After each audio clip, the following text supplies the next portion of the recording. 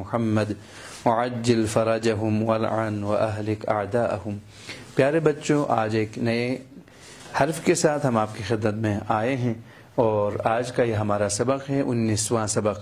تو دیکھ لیجئے اب تک ہم 19 حروف کے نام سے آشنا ہو چکے ہیں۔ ان کے نام سے ہم پکار رہے تھے اور ان کا جو نام ہے ان کے اپنے مخارج سے ہم ادا کرنے کی کوشش کر رہے تھے، جس کو عربی زبان میں کافی اہمیت حاصل ہے۔ نماز کے اذکار، نماز کے اندر پڑھی جانے والے قرآنی سورے، قرآن مجید کی تلاوت، دعائیں، ان سب کی تلاوت اور قرأت میں ان حروف کا بہت بڑا دخل ہے اور ہمارا کام آئے گا۔ تو آئیے ہم حسب معمول سب سے پہلے اس حرف کی شکل کو کھینچ لیتے ہیں اور اس کے بعد اس شکل سے آشنا ہوتے ہوئے ساتھ ساتھ ہم اپنے سبق کو آپ کے لیے دہرا کر آپ کے ذہن میں بٹھانے کی اور آپ کو اس کے مخرج سے آشنا کرانے کی کوشش کرتے ہیں۔ تو ہم نے پچھلے ہفتہ جس حرف کو پڑھ لیا تقریباً یہ اسی شکل میں ہی ہے، صرف معمولی آپ فرق محسوس کریں گے۔ وہ کیا ہے ابھی عرض کرتا ہوں۔ دیکھیے جی، اس کا نام کیا تھا؟ عین۔ آپ نے پہلے ہی پڑھ لیا ہے اس سے پہلے والے سبق میں۔ آج اسی کے اوپر اگر آپ ایک نقطہ اضافہ کریں تو اس کی آواز بدل جائے گی، اس کا نام بدل جائے گا۔ دیکھیں غین، خوبی یہ ہے کہ اس حرف کے اندر بھی آپ کی آواز میں بھاری پن آنی چاہیے۔ دیکھیں آپ کی آواز پورے منہ کو بھر دے۔ مجھے دیکھ لیجئے گا اور میرا نقل اتارتے جائیے گا۔ غائن غائن غائن غائن غائن۔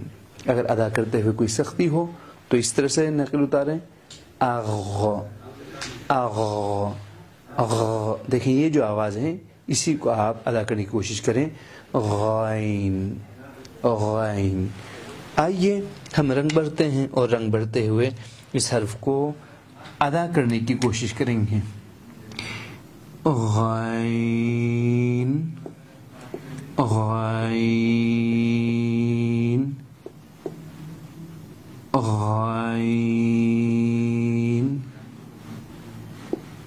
غائن غائن غائن غائن۔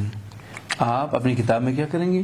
سب سے پہلے اس میں رنگ بھریں گے اور رنگ بھرتے ہوئے اس حرف کو اس کے نام کے ساتھ ادا کرنے کی کوشش کریں گے، جس طرح ہم بار بار آپ کی خدمت میں عرض کر رہے ہیں کہ حرف کو بڑا کر کے لکھا جائے یا چھوٹا لکھا جائے، پڑھنے کے اعتبار سے، اس کے نام کے اعتبار سے اس کے اندر کوئی فرق نہیں پڑتا۔ غائن غائن، ان دونوں میں کوئی فرق موجود نہیں ہے پڑھنے کے اعتبار سے۔ تو آئیے ہم دہراتے ہیں۔ تو دہراتے ہوئے یہاں توجہ کیجئے گا کہ ہم نے اس حرف کو اچھی طریقے سے ادا کیا ہے یا نہیں۔ تو دیکھیں آپ کے ننھے منتن ساتھی جو یہاں پہ ہمارے پاس بیٹھے ہوئے ہیں پڑھیں گے اور آپ بھی سنیں گے اور ہم بھی سنیں گے۔ بیٹا یہ کیا ہے؟ غائن۔ دوبارہ پڑھیں۔ غائن۔ دوبارہ پڑھیں۔ غائن۔ بہت اچھا۔ بالکل اسی طرح سے آپ کیمرے کی طرف دیکھتے ہوئے پڑھیں۔ غائن۔ جی ہاں، ایک مرتبہ اور، غائن۔ ایک بار پھر پڑھیں۔ غائن۔ دیکھیں اس کی آواز بھی موٹی ہے اور پر حالت میں ہم نے اس کو ادا بھی کرنا ہے۔ جب آپ نے اس کو سیکھ لیا تو گزشتہ سبق آپ کے لیے بہت ہی آسان ہے۔ یہ کیا تھا بیٹا؟ عین۔ ہاتھ نیچے رکھے پڑھیں۔ عین۔ یہ کیا ہے؟ غائن۔ یہ کیا ہے؟ ضا۔ یہ کیا ہے؟ عین۔ یہ کیا ہے؟ ضا۔ ضا۔ یہ کیا ہے؟ غائن۔ عین۔ یہ کیا ہے؟ صاد۔ اور یہ کیا ہے؟ ضاد۔ یہ کیا ہے؟ طا۔ اور یہ کیا ہے؟ ظا۔ اور یہ؟ غائن۔ آفرین۔ تو دیکھیں اب تک ہم نے جو کچھ پڑھ لیا تھا ہم دہرا بھی چکے ہیں۔ تو آئیے ہم سابق جو کچھ اب تک ہم پڑھ چکے ہیں، سیکھ چکے ہیں، اس کو دہراتے ہیں، اس لیے کہ ہم ہر سبق میں ان کو دہرا کے اپنے پاس محفوظ کر لیں گے تاکہ قرآن کی تلاوت کے دوران کوئی مشکل پیش نہ آئے۔ یہ میں لکھ رہا ہوں بیٹا، یہ کیا ہے؟ حمزہ۔ یہ کیا ہے؟ با۔ یہ کیا ہے؟ یہ کیا ہے؟ ثا یہ کیا ہے؟ جیم یہ کیا ہے؟ حا یہ کیا ہے؟ خا یہ کیا ہے؟ دال یہ کیا ہے؟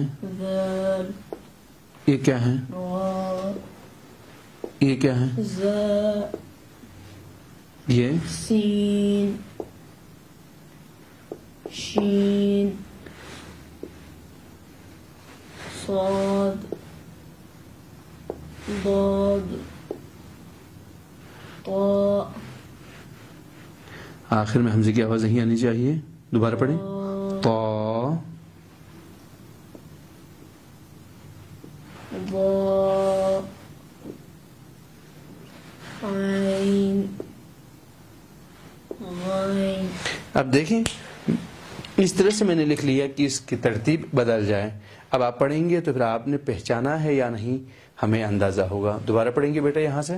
حمزہ ثا دال حا بلند آواز میں پڑھیں.